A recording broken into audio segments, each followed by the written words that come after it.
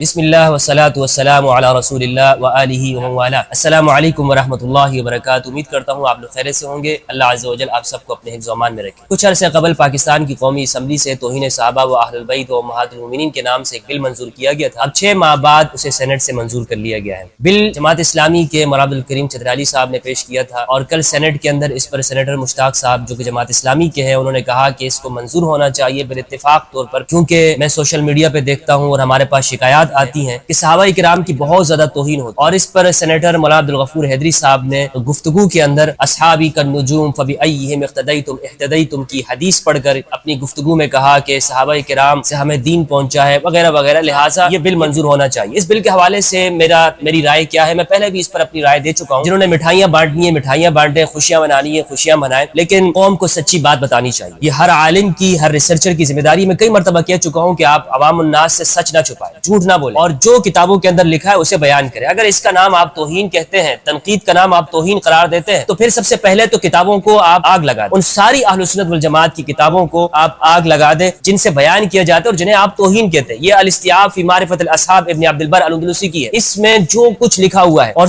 میں آپ کو اگر پڑھ کے سناؤں جن کو یہ توہین کہتے ہیں تو آپ کہیں گے سب سے پہلے تو ابن عبد البر الاندلسی کو قبر سے نکالے اور ان کو سزا دے۔ اور پھر خلافت و ملوکیت، میں سینیٹر مشتاق صاحب سے کہنا چاہتا ہوں، خلافت و ملوکیت جو مولانا مودودی رحمہ اللہ نے لکھی ہے، ان کے بارے میں آپ کا کیا کہنا ہے؟ کیا ان کو بھی قبر سے نکال کر تازیانے اور کوڑے لگائے جائیں گے، یا ان کی بھی اولاد کو اس جرم کے اندر سزا دی جائے گی؟ اور میں تو سینیٹر مشتاق صاحب آپ کے لیے پتہ نہیں آپ نے کس طرح سے یہ کہا کہ جناب صحابہ کرام کی توہین ہو رہی ہے، جو لوگ توہین کرتے ہیں اس حوالے سے گفتگو کروں گا انشاءاللہ، لیکن یہ بھی تو بتانا چاہیے نا کہ توہین کسے کہتے ہیں۔ مولانا مودودی رحمہ اللہ کی روح تڑپ رہی ہوگی کہ سینیٹر مشتاق صاحب نے کیا کر دیا ہمارے ساتھ، اور مولانا عبدالغفور حیدری صاحب نے جو وہاں پر لوگوں کے سامنے جو حدیث پڑھی، سینٹ میں بیٹھے ہوئے حضرات سے، معزز ممبران سے بھی میں کہنا چاہوں گا میرے بھائیوں کہ آپ کو تو پتہ نہیں اس حدیث کا کیا مطلب ہے، اصحابی کالنجوم فبأیہم اقتدیتم۔ یہ حدیث ضعیف ہے، البانی نے ضعیف کہا ہے، تمام محدثین نے ضعیف کہا ہے، ابن عبد البر اندلسی نے ضعیف کیا ہے، علماء دیوبند نے ضعیف کیا ہے، علماء سلفیہ نے، اہل حدیث علماء کہتے ہیں یہ حدیث ضعیف ہے۔ یہ حدیث ضعیف ہے، جب ضعیف ہے تو اسے آپ کے سامنے پڑھ کے کہا جاتا ہے جناب یہ بات ہے اور وغیرہ۔ اب رہ گئی بات توہین کی، جہاں تک توہین کی بات ہے میں آپ کو کہنا چاہتا ہوں کہ توہین کرنا، عام شخص کی توہین کرنا یہ حرام ہے۔ حدیث میں ہے سباب المسلم فسق وقتالہ کفر، مسلمان کو گالی دینا فسق ہے اور قتال کرنا اس سے کفر ہے۔ تو ایک عام شخص سے، عام شخص صحابہ کی بات، یعنی صحابی ہو یا عام شخص ہو، کوئی بھی کسی کو گالی دیتا ہے یہ فسق کا کام ہے۔ جب یہ بات معلوم ہے کہ فسق ہے، گناہ ہے، حرام ہے، تو پھر اس پر سزائیں کس طرح سے؟ یعنی ایک آدمی اگر دوسرے کو گالی دے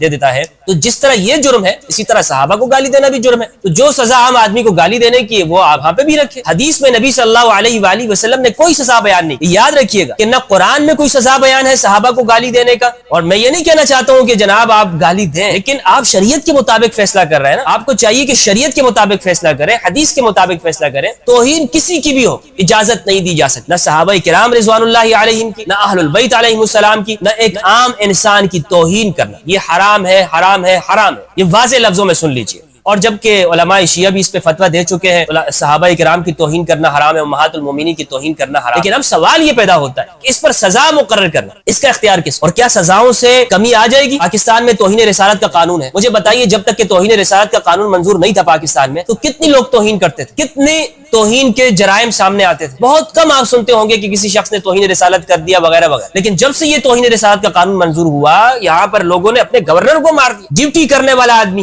کہ جو گارڈ ہے اس نے اٹھ کر اپنے جس کی نوکری کر رہا تھا اسی کو مار دیا۔ تو یہ تو آپ دیکھ لیں کہ یہاں توہین رسالت کا قانون منظور ہوا، اس کے بعد کیا جرائم میں کمی آئی ہے؟ کسی پر بھی الزام لگا دیا جاتا ہے اور اس کو جیل میں ڈال دیا جاتا ہے۔ یہاں پر مائنورٹی کے کتنے کیسز آئے ہیں، کرسچنز کو زمین کا تنازع ہوتا ہے اور اس بیچارے کو اندر کر دیتے ہیں کیونکہ معلوم ہوتا ہے کہ یہ کرسچن ہے یا ہندو ہے، اندر کر دیا جاتا ہے۔ کتنی جگہوں کے اوپر قبضہ کیا گیا، کس وجہ سے؟ کہ جناب اس کا گلا دبوچ لے کہ دوسرا بندہ بات ہی نہیں کر سکتا۔ سیالکوٹ کے اندر کیا ہوا، فیکٹری مینیجر کے ساتھ، وہ سری لنکن شہری تھا، اسے مار دیا توہین رسالت کے جرم کے اندر۔ یا تو چھوٹی چھوٹی باتوں کے اوپر لوگ مار دیتے ہیں جناب، تو توہین رسالت کا قانون پہلے سے موجود ہے، اس پر کتنا عمل ہو رہا ہے، اس کی وجہ سے جرائم میں کتنی کمی آئی اور کتنا اضافہ ہوا۔ اور پھر اب آپ نے جو یہ توہین صحابہ اور اہل البیت کے نام سے جو بل منظور کیا ہے، کہ میں پوچھنا چاہتا ہوں آپ سے، اس سے جرائم میں کمی آئے گی یا جرائم میں اضافہ ہوگا؟ تو یہ سن لیجئے، اس سے جرائم میں اضافہ ہوگا، بالکل اضافہ ہوگا، اور لوگ قانون کو اپنے ہاتھ میں لیں گے، ماورائے عدالت قتل ہوگا، الزام لگا دیا جائے گا جناب اس شیعہ ذاکر نے توہین کی ہے۔ سب سے زیادہ اس کا حصہ شیعہ لوگ بنے کہ وہ لوگ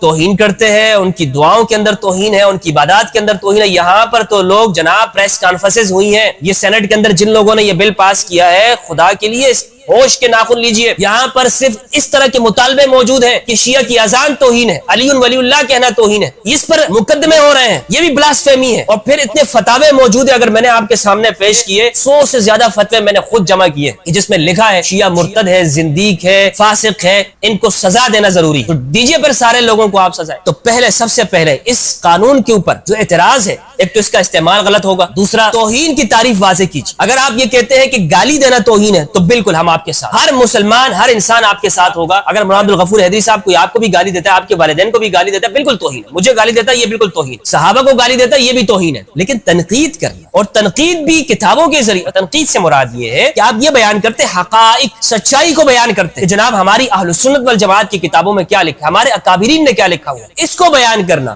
اگر اسے بھی آپ توہین کہتے ہیں تو پھر یہ تو کسی طرح بھی نہیں چلے گا، تو پھر تو آپ کو سب سے پہلے بخاری کے اوپر توہین رسالت کا مقدمہ کرنا چاہیے، بخاری کو بنیاد بنا کر بخاری کو پابندی لگانی چاہیے، کیونکہ بخاری کے اندر یہ روایت موجود ہے کہ نبی صلی اللہ علیہ وآلہ وسلم سے معاذ اللہ ان کا سطر کھل گیا، وہ الفاظ میں بیان نہیں کر سکتا جو بخاری کے اپنے الفاظ ہیں، کہ آپ اس طرح گر پڑے، آپ کی آنکھیں پتھرا گئیں اور آپ کا جسم الیاذ باللہ آپ کا جسم وہ کھل گیا تھا، ٹھیک ہے، اس کا ترجمہ دیکھ لیں کہ ترجمہ کیا لکھا ہوا ہے۔ تو سب سے پہلے تو آپ کو ان کتابوں پہ پابندی لگانی ہوگی۔ اگر آپ کہتے ہیں کہ ان کا بیان کرنا غلط ہے تو توہین کا بھی تعریف کی جائے، اس کے بعد پھر آپ کہیں کہ جناب یہ چیز توہین میں آتی ہے یا نہیں آتی ہے، ورنہ اس کا استعمال بہت غلط ہوگا، سب اس کے رگڑے میں آئیں گے۔ پہلے عمران خان صاحب کے اوپر ایک حملہ ہوا، کس وجہ سے کہ جناب بندہ کہتا ہے کہ ان کے جلسے کے اندر اذان کے وقت میں گانے چل رہے تھے، لہٰذا یہ گستاخ رسول ہے۔ اس طرح کے گستاخ رسول الزامات لگتے ہیں، تو صحابہ کے نام یہاں پر تو کتنے عاشقان موجود ہیں، کس کو نہیں مارا جائے گا، کس کی جان یہاں پر محفوظ ہوگی، اس کا استعمال درست کیا جائے۔ میں یہ نہیں کہتا ہوں کہ سزاؤں کا نفاذ نہیں ہونا چاہیے، بالکل آپ سزائیں لاگو کریں، قوانین بنائیں،